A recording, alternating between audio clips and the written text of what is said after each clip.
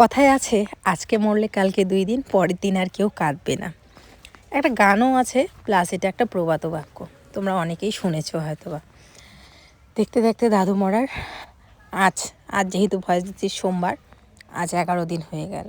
আজ হচ্ছে শ্রাদ্ধ, সোমবারেই শ্রাদ্ধ, মঙ্গলবারটা বাদ, বৃহস্পতি মঙ্গল, বুধবার দিন হচ্ছে মৎস্যমুখী। তো যাই হোক বন্ধুরা, শুধু যে এটা দাদুর ক্ষেত্রে তাই না, দাদুর ক্ষেত্রেই যে তাই যে আজকে মরলে কালকে 2 দিন, পরের দিন আর কেউ কাঁদবে না, শুধু এটা দাদুর ক্ষেত্রে না, সবার ক্ষেত্রেই তাই।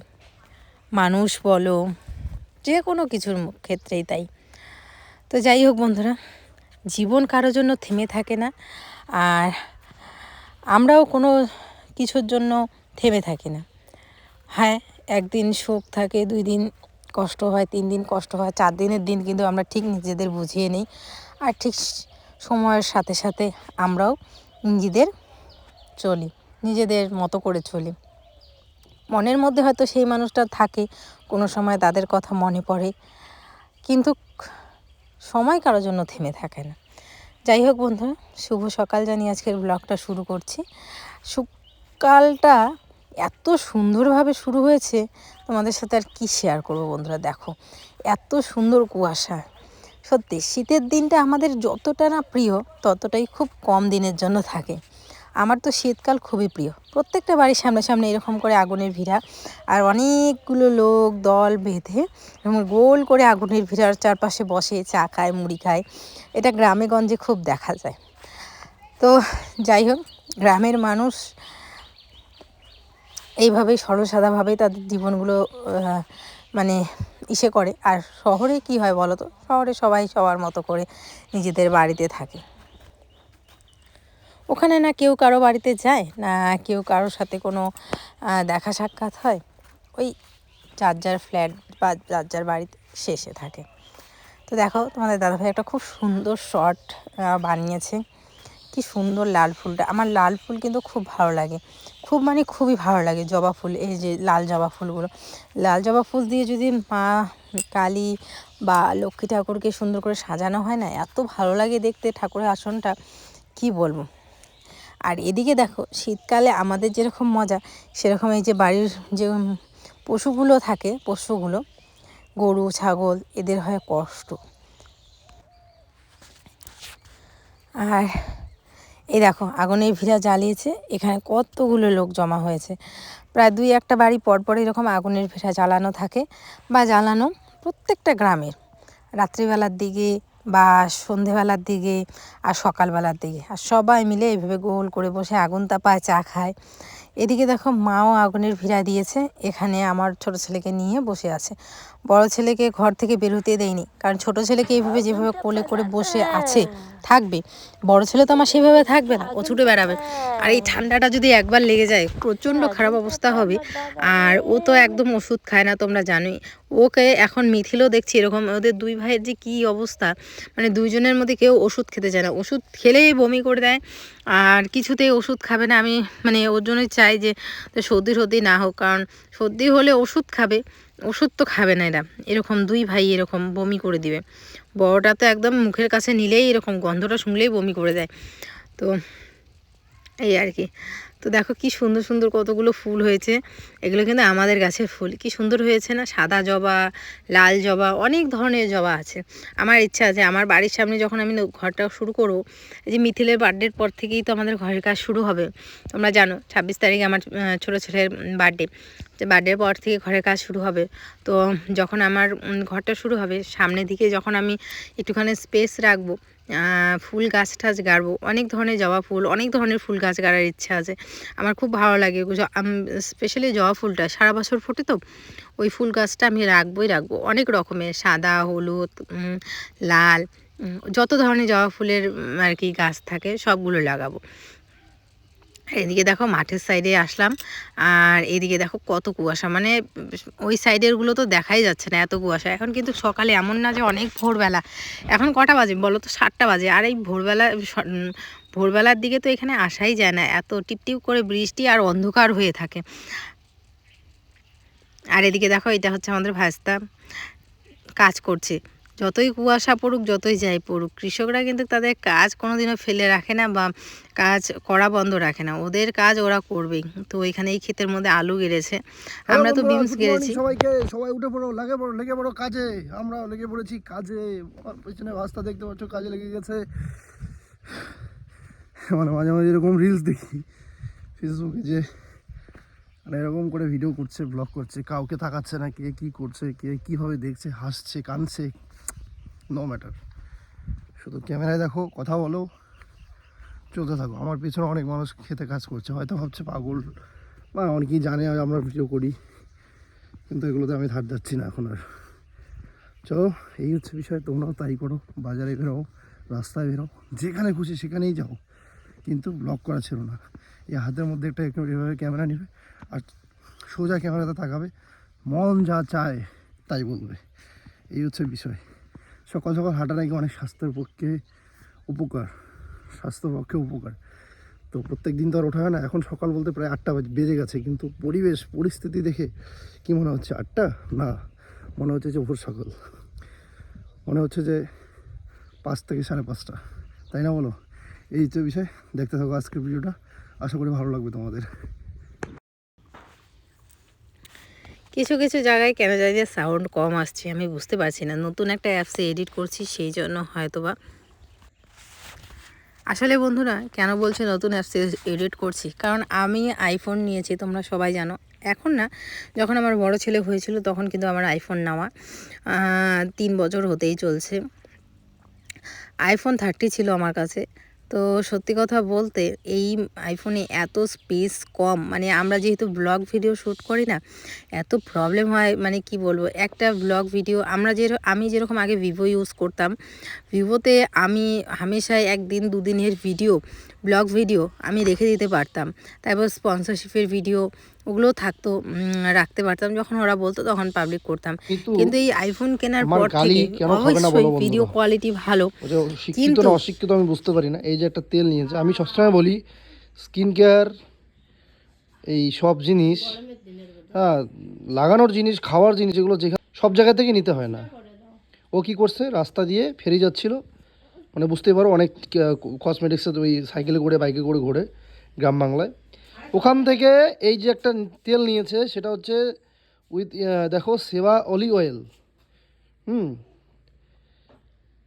তো এইটা এমন একটা প্যাকেট, দেখো প্যাকেটিংটা দেখো, হ্যাঁ, এই যে প্যাকেটিং, আর এই যে কালার উঠে গেছে প্যাকেটিংয়ে। এটা তো মানে দেখেই বোঝা যায় এটা তো 2 নম্বরে ঘাটিয়া জিনিস, পাতি জিনিস। মানে এগুলো সব মেডিসিন দিয়ে কিনা, সব মেডিসিন দিয়েই তৈরি হয়, কিন্তু আমার কতটা ঘাটিয়া মানে জিনিস কোয়ালিটি, সেটা দেখেও বুঝতে পারেনি। মানে জ্যাক অলিভ অয়েল না নিয়ে ও কী করছে, এই যে সেবা অলিভ অয়েল। তাহলে ওকে কি বলবো, ওকে তো এই নিয়ে অনেক কথা শুনেছি। এবার ছেলেটাকে ঘুমাইছে, ওই ছেলেটা ঘুমাইছে গো, ছেলেটা ঘুমাইছে। এ হে, মাথাটা তাই হয়ে গেছে। যাও, আমি এটা দেখতেছি। এত গালি দিছি, এত কথা শুনেছি, কিন্তু ওই ছেলেটাকে আমি একদিন বলছি যে যা গলি বল, আমি রাস্তার মধ্যে ধরছি, বলছি কি দাদা আজকে নাই, কালকে দিব, পরশুদিন আসবো। পরশুদিন হয়ে আজকে 1 সপ্তাহ পার হয়ে গেল, ওই ছেলেটা এখনও এদিকে আসলো না। আমি বলছি তোর টাকা লাগবে না, টাকা আমরা রিটার্ন চাই না, তুই যা গলি বল দিস, এটা রিটার্ন নিস। হ্যাঁ, দামও বেশি রাখছে, মানে যা প্রাইস তাই। এগুলো তো অর্ধেক প্রাইসে কেনা বেচা হয়। তো ওই ছেলেটা ভয়ে এখন আসছে না। ওকে আমি ধরতে পারলে তোমাদেরকে আমি সেদিন ভিডিও করে দেখাবো ওই ছেলের, মানে মানে মেয়ে ছেলে পেয়ে এরা কীভাবে ব্যবসা করে। হ্যাঁ, ওর ব্যবসাটা আমি ওকে সেদিন দেখাই দেবো, আসুক। মানে ইচ্ছা করে না, কারণ হচ্ছে ও একটা ব্যবসা করে খায়, কিন্তু ভাই জেনুইনভাবে কর না ব্যবসা, মাথা ব্যথা নাই আমার। তুই ফ্রডগিরি করবি সেটা তো পছন্দ হয় না, তুই টাকাও বেশি নিবি, এটা তো 100 মানে দাম হচ্ছে অর্ধেক কামাই এগুলোতে। এগুলো তো খাটিয়ে জিনিস, 2 নম্বরই জিনিস।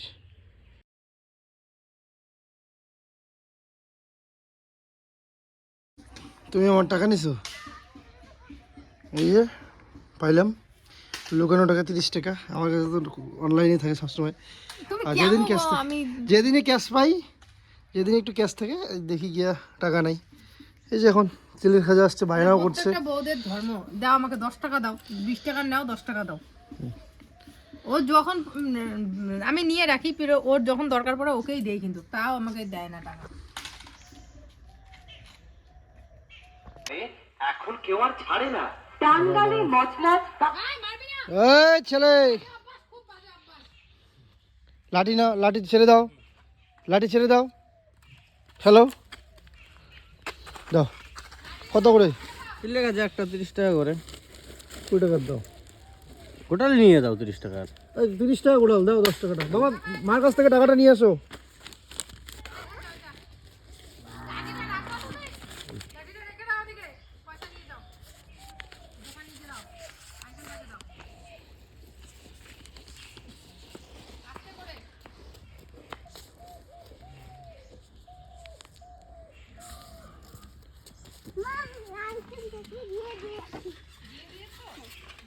এই যে পাপা, কামড় দাও, কামড় দাও না, কামড় দাও। হাজার খান নিমেষে অরুচিপুর হবে, কারণ এতে রয়েছে পরিষ্কার তিল, দুধ, এলাচ গুঁড়ো।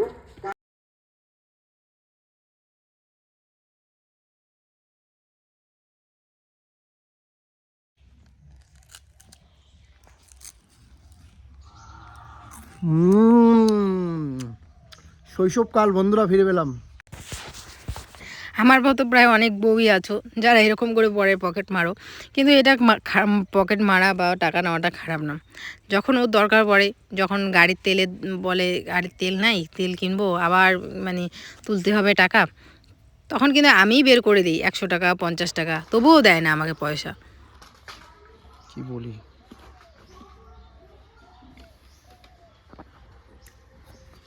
না না, ধরে নে, ধরে নে, এমনি খাও, ধরে না, ধরে না, এমনি খাও।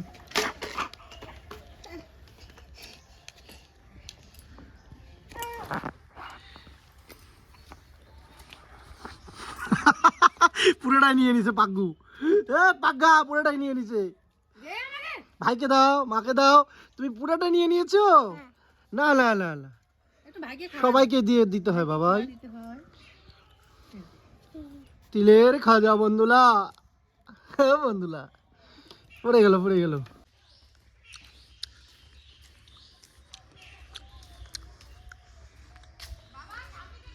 ঠাম্মিকে ডাকো, ডাকো।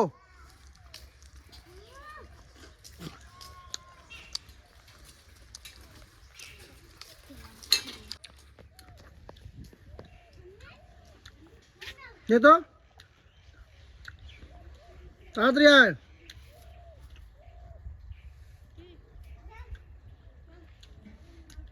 আর তাড়াতাড়ি নিয়ে সাবাটা দিই।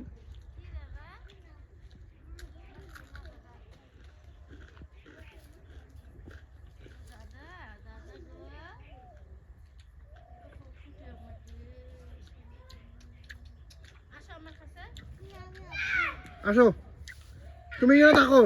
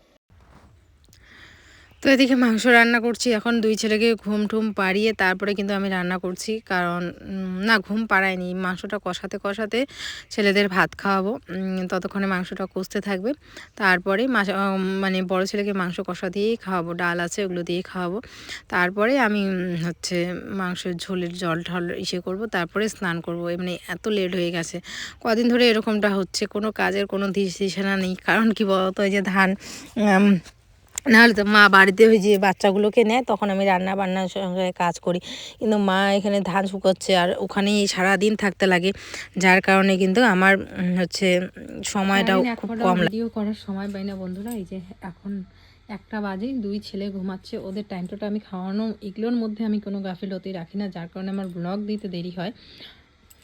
তো ওই যে ওই 2জনকে ঘুম টুম পাড়ায় দিলাম, এই বড় ছেলেকে খাইয়েছি কিন্তু মাংস তরকারি দিয়েই, ওই যে যেটা মধ্যে মানে কষাচ্ছিলাম যখন, ওই কষানো মাংস দিয়ে ওকে ডাল দিয়ে ভাজা করেছিলাম, ওগুলো দিয়ে খাওয়ালাম। আর আমাদেরটার মধ্যে একটুখানি এই যে ধনেপাতা দিলাম, ধনেপাতা দিয়ে এখন হালকা করে একটুখানি ধনেপাতা দিয়েছি, সেই জন্য আর গরম মশলা দেবো না, কারণ ধনেপাতার ফ্লেভারটা না হলে থাকে না গরম মশলা দিলে, তো সেই জন্য ধনেপাতাই দিলাম। এই দেখো মাংস আমার হয়ে গেছে, এখন নামিয়ে নিব। চলো কি কি রান্না করেছি একবার দেখিয়ে দিই। ওদিকে আমার দুধ গরমও হয়ে গেছে, এদিকে রান্না বলে করেছি হচ্ছে এই দেখো লাফা শাক করেছি, আর এখানে তো যে মসুর ডাল আছে, এটা আর কি খুলে দেখাবো। এখানে ভাত করেছি, আর এখানে হচ্ছে আলু আর ফুলকপি ভাজা, আলু ফুলকপি ভাজা, ডাল, শাক আর হচ্ছে মাংস। রান্না বান্না আমার কমপ্লিট, গ্যাসের টেবিলও মুছে নিয়েছি ওই রান্না করতে করতেই, ঘর দোর সকালবেলায় মুছে নিয়েছি, এখন আর মোছার কোনো প্রয়োজন নেই। উফ, এখন স্নান করবো বন্ধুরা। আর কোথাতে আজকে মাংস আনছে বন্ধুরা, আর রান্না করছে আজকে সেই সুন্দর করে। কি কি রান্না হয়েছে বলে দাও। শাক, ডাল, ফুলকপি আলু ভাজা, মাংস। মাংসটা একটু ভালো করে সুন্দর করে দেখাই। দেখো সুন্দর করে রাঁধছে, সুন্দর করে দেখো।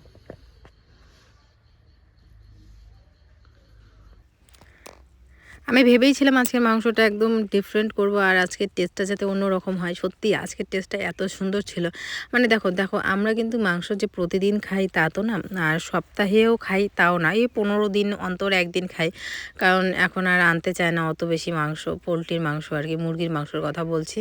তো যার কারণে কিন্তু আজকে সুন্দর করে রসিয়ে কষিয়ে রান্না করেছি।